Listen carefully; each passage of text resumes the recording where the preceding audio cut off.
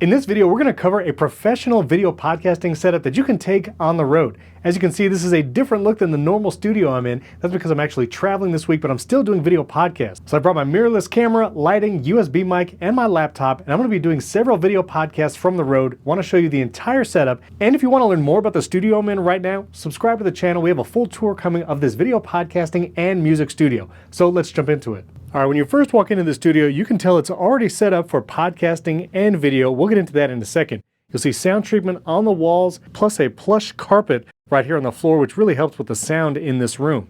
Now, while there's a lot of equipment in this room, like the Shure SM7Bs, there's even a Scarlett AT920, I'm actually not using any of that equipment because I brought all my own so I can be self-sufficient, even if I have to video podcast somewhere else. There's also some nice newer lights here with softboxes, and so there is some great lighting which I will be using, but as you can see, I brought my own light as well, and I'll explain that. First up, I'm going to be video podcasting from my MacBook Pro, and so that's kind of the heart of everything. Now with Riverside, you can do it with an iPad or even an iPhone. If you want to learn more about that, check out the video above. But as you can see, I already have Riverside pulled up, and there's video already streaming.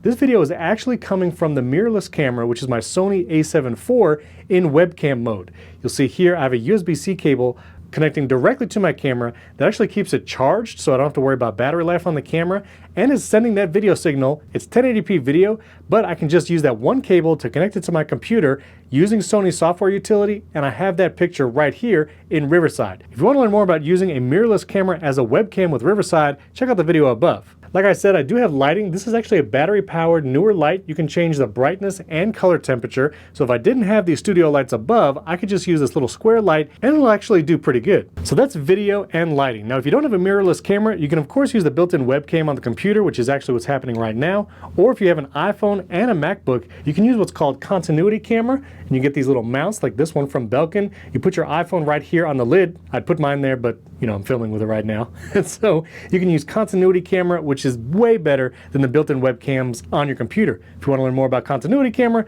check out the video above or it's in the description. Now, when it comes to audio, like I said, my brother-in-law, he has a great Scarlett AT920 right here with two Shure SM7B microphones. These would sound great, and I've talked a lot about the Shure SM7B, especially recently on the channel. And like I mentioned in those other videos, he actually has a Cloudlifter right here with both of the SM7s going into it, and you really need that to get proper volume from this microphone.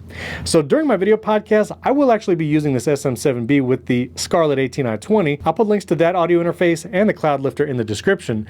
But as I'm traveling and I'll be going to other locations, I brought my trusty Shure MV7 with, Riverside windscreen. This Shure MV7 I can connect via USB directly to the laptop and I have all the audio I need. I'll be using this for multiple video podcasts in other locations. So video from the Sony a7 IV, one cable, webcam utility in the MacBook Pro, audio from the Shure MV7 USB mic right into the laptop, and I'm good to go. So when I'm about to record a video podcast here in Riverside, I'll choose my mirrorless camera, the webcam utility for the video.